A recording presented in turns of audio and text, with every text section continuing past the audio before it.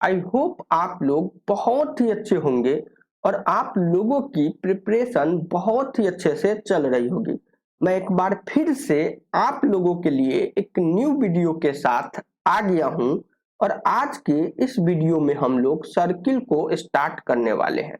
मतलब कि सर आज के इस वीडियो में हम लोग सीखेंगे सर्किल का डिफिनेशन क्या होता है, उसके इक्वेशंस को कैसे डिराइव किया जाता है, उसका रेडियस क्या होता है, उसका सेंटर क्या होता है और लास्ट में एक क्वेश्चन के माध्यम से इस सर्किल के बेसिक कंसेप्ट को हम लोग सीखेंगे। तो चलो शुरू करते हैं आज का हमारा ये video.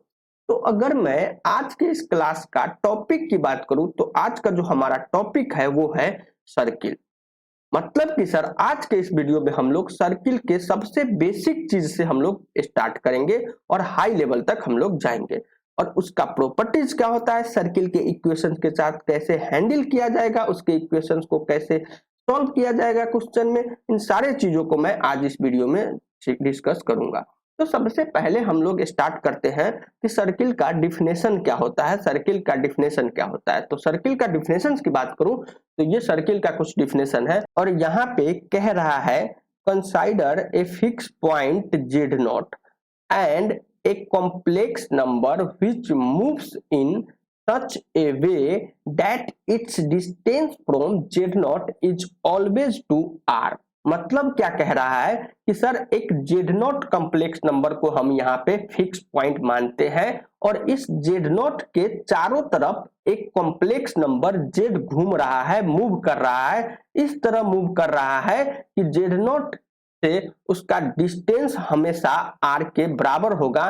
This implies Z lie on a circle whose center is z0 and radius is r and its equation is mod z minus z0 is equal to r।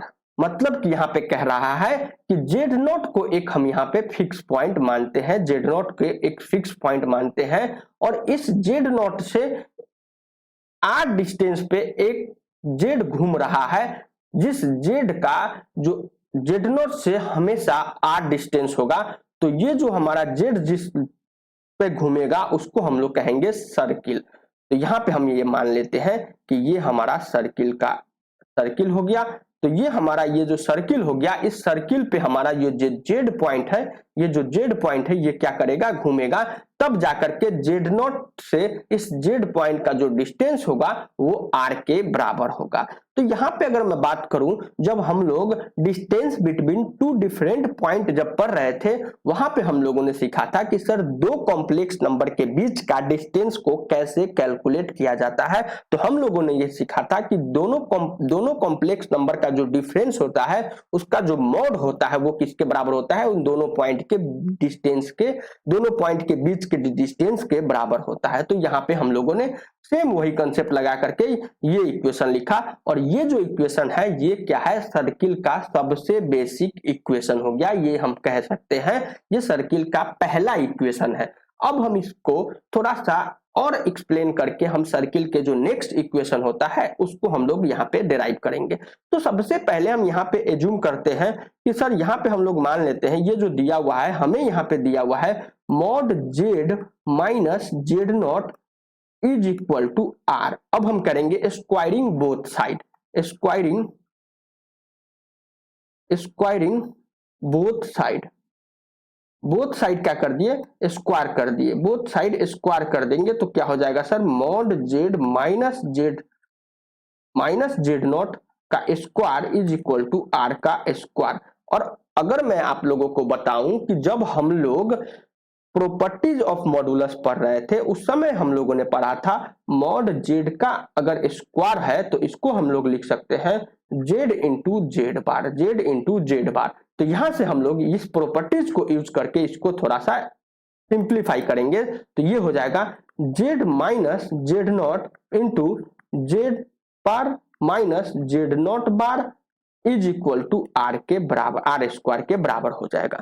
अब हम इसको थोड़ा सा और एक्सप्लेन कर लेते हैं तो क्या हो जाएगा, z z bar minus z z not bar minus Z naught z bar minus minus plus z not bar is equal to r के बराबर हो गया।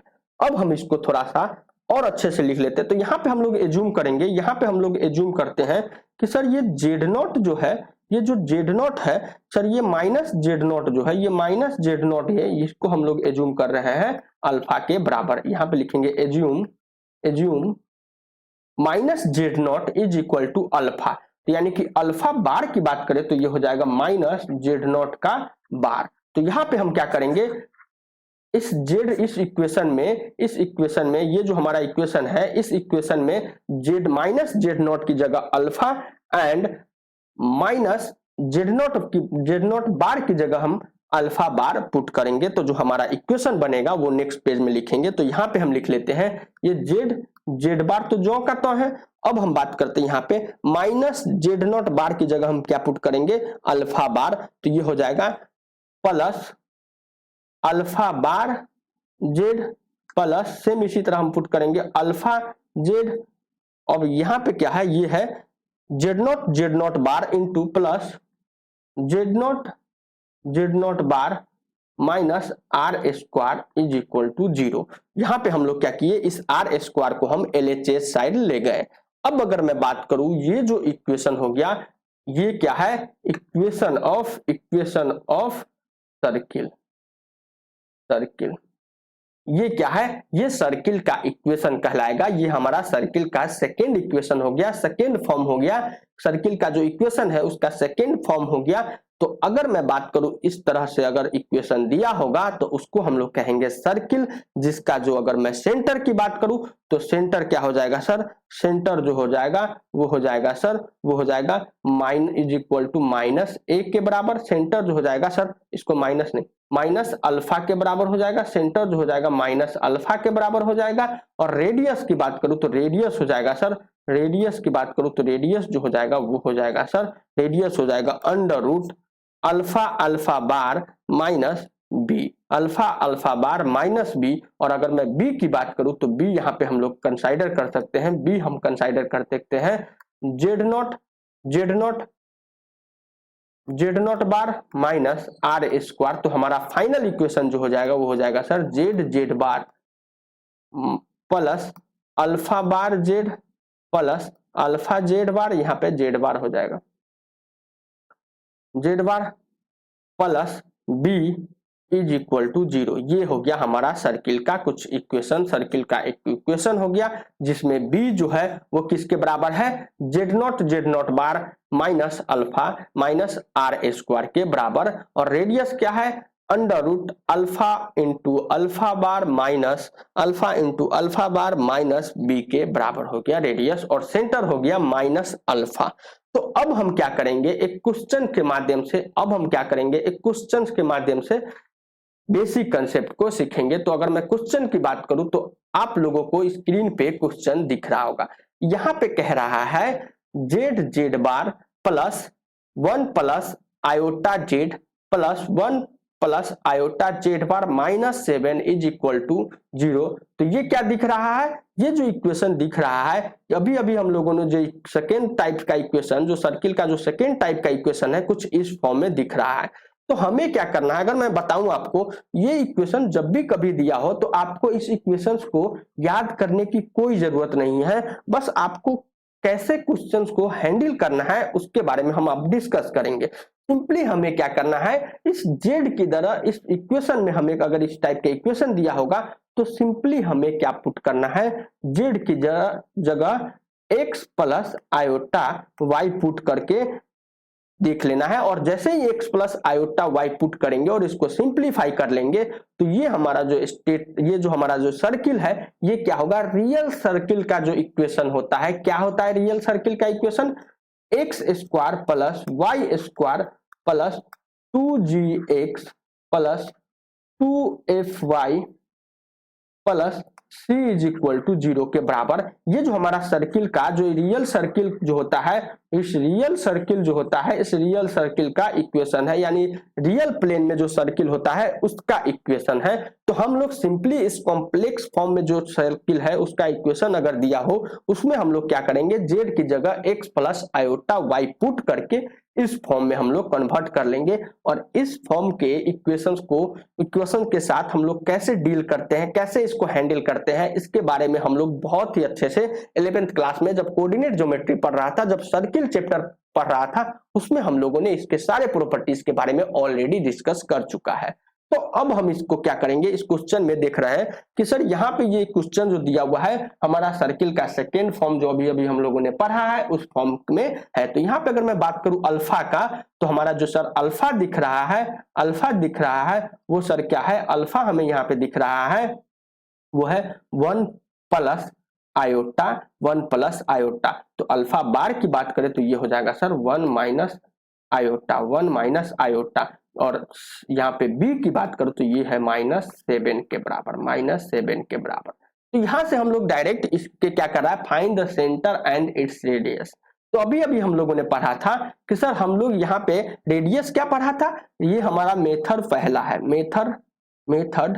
मेथड फर्स्ट है।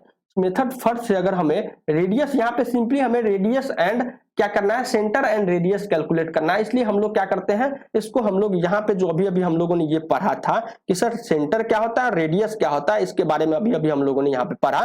तो इस प्रॉपर्टीज को भी यूज करके हम लोग यहाँ पे क्या कर सकते हैं, इस क्वेश्चन को सॉल्व कर सकते हैं। और एक और फॉर्म क्या होगा, जब हम इसको z की जगह x plus iota y put करके इसमें कन्वर्ट करके इसके बाद भी हम क्वेश्चन को हैंडल करेंगे। तो यहाँ पे हम दोनों मेथड से देखेंगे। तो मेथड फर्स्ट में हम क्या कर सकते हैं कि अल्फा ज्ञात किया, इस इक्वेशन में अल्फा क्या दिख रहा है सर, इस इक्वेशंस को अगर हम इस इक्वेशन से कंपेयर करें तो अल्फा की जगह हमें 1 plus iota and alpha bar की जगह 1 माइनस आयोटा और बी की जगह हमें 7 आ जाएगा।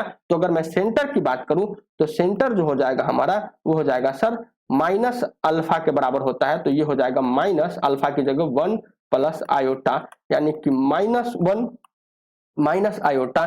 तो अगर मैं सेंटर की बात करूं सी, तो सेंटर का जो कोऑर्डिनेट हो जाएगा वो -1 के बराबर हो जाएगा। ये हमारा सेंटर कैलकुलेट कर लिया। अब रेडियस की बात करूं तो रेडियस क्या हो जाएगा सर, रेडियस जो हो जाएगा वो हो जाएगा sir under root alpha alpha bar minus b. तो यहाँ पे हम पुट करें तो ये हो जाएगा माइनस अल्फा बार क्या हो जाएगा सर, अल्फा बार जो हो जाएगा वो हो जाएगा सर 1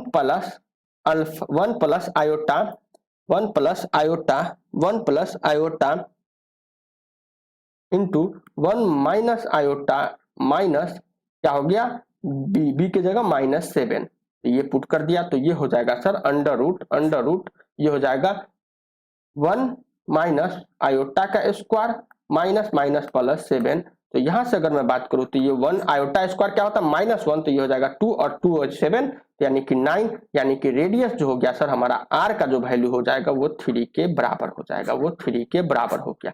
यहाँ पे हम लोगों ने सेंटर एंड रेडियस कैलकुलेट कर लिया।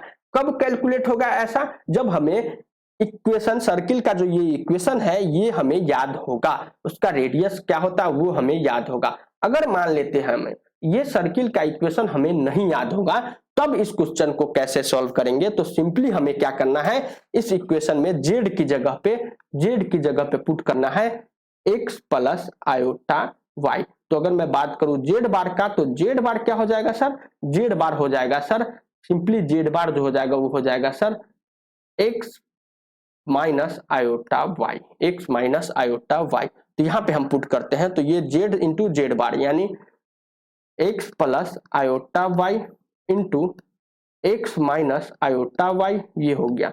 अब क्या करेंगे, अब क्या करना है 1 माइनस आयोटा जो कहता है प्लस 1 माइनस आयोटा जो कहता है, उसके बाद क्या है z है, तो z की जगह हम पुट करेंगे x plus iota y। Same इसी तरह यहाँ पे क्या है plus 1 plus iota plus 1 plus iota जो कहता है। अब क्या करेंगे, ये z बार है, इस z बार की जगह हम पुट करेंगे 1 माइनस आयोटा y। और उसके बाद अगर मैं बात करूं ये -7 जो का तो है -7 इज इक्वल टू 0। इसको हम थोड़ा सा सिंप्लीफाई करेंगे तो ये क्या दिख रहा है, a plus B into A minus B, यानी X square minus iota square Y square, ये हो गया। और यहां से हमें दिख रहा है प्लस, इसको अगर मैं सिंप्लीफाई करूं तो ये हो जाएगा x plus iota y minus x iota minus iota square y, ये हो गया, माइनस आयोटा स्क्वायर वाई, ये हो गया। अब क्या करेंगे सर, ये हो जाएगा। अब इसको हम और सिंप्लीफाई कर ले, इस वाला टर्म को, इस वाला सम को अगर मैं ब्रेक करूं तो ये हो जाएगा 1 minus iota y minus iota, यहाँ पे x होगा ना, यहाँ पे x होगा, ये हो जाएगा x, सॉरी यहाँ पे x होगा, तो x इंटू x हो गया। और इसको अगर मैं सिंप्लीफाई करूं तो ये हो जाएगा माइनस आयोटा x, और ये माइनस, ऐसे लिखो यहाँ पे प्लस हो जाएगा, ये क्या है 1 प्लस आयोटा x, और ये minus iota square y minus 7 is equal to 0। इसको हम थोड़ा सा सिंप्लीफाई कर लेते हैं। आयोटा स्क्वायर की जगह हम क्या करेंगे, -1 पुट करेंगे तो ये हो जाएगा x square plus y square. अब क्या करेंगे, ये x है और ये x यहाँ पे है, तो प्लस 2x, अगर मैं बात करूं यहाँ पे क्या है, y प्लस आयोटा y है, तो ये माइनस आयोटा y से कैंसिल हो जाएगा। ये माइनस आयोटा x है तो ये माइनस आयोटा x कैंसिल हो जाएगा। और यहाँ पे अगर मैं आयोटा स्क्वायर की जगह -1 पुट करूं तो ये माइनस माइनस प्लस, और ये माइनस माइनस प्लस, यानी plus 2y minus 7 is equal to 0। ये क्या है, ये सर इक्वेशन आ गया, ये रियल स्टेट लाइन का, रियल जो सर्किल है उसका इक्वेशन हमें यहाँ पे दिख रहा है। तो हम लोग अगर इस रियल सर्किल को अगर मैं कंपेयर करूं जनरल सर्किल का इक्वेशन से, x square plus y square plus 2gx plus 2fy plus c is equal to 0, तो यहां से हमें g का वैल्यू हो जाएगा, वो हो जाएगा g का वैल्यू 1 दिख रहा है, और f का वैल्यू सर हमें 1 दिख रहा है, और c के जगह पे हमें -7 दिख रहा है। तो अगर मैं बात करूं कि सर सेंटर का ये जो इक्वेशन होता है, जनरल सर्किल का जो इक्वेशन होता है, उसमें जो अगर मैं सेंटर की बात करूं तो सेंटर होता है सर हमें -g माइनस f, और रेडियस होता है सर r होता है √g square plus f square minus c।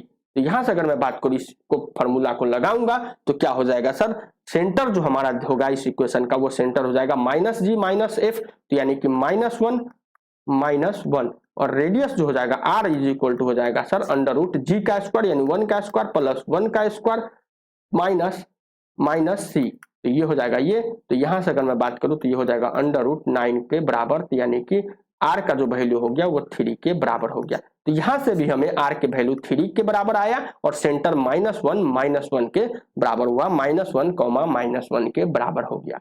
तो इस तरह हम लोग क्वेश्चन को हैंडल करते हैं। जब हमें क्या हो गया, अगर हमें इक्वेशन याद होगा तो हम लोग, अगर हमें इक्वेशन याद होगा तो वहां से हम अल्फा एंड अल्फा बार को कैलकुलेट करके सेंटर एंड रेडियस को कैलकुलेट कर सकते हैं। अगर मान लेते हैं किसी कारणवश हमें सर्किल के इक्वेशन याद नहीं होगा, तब हम क्या करेंगे, z की जगह simply zx plus iota y put करके इस कॉम्प्लेक्स नंबर के सर्किल का जो इक्वेशन है, इसको रियल सर्किल के इक्वेशन में कन्वर्ट कर लेंगे, और उसके बाद जितने भी सारे प्रॉपर्टीज होता है रियल सर्किल के इक्वेशंस के साथ, उस प्रॉपर्टीज को यूज करके हम क्वेश्चन को सॉल्व कर लेंगे।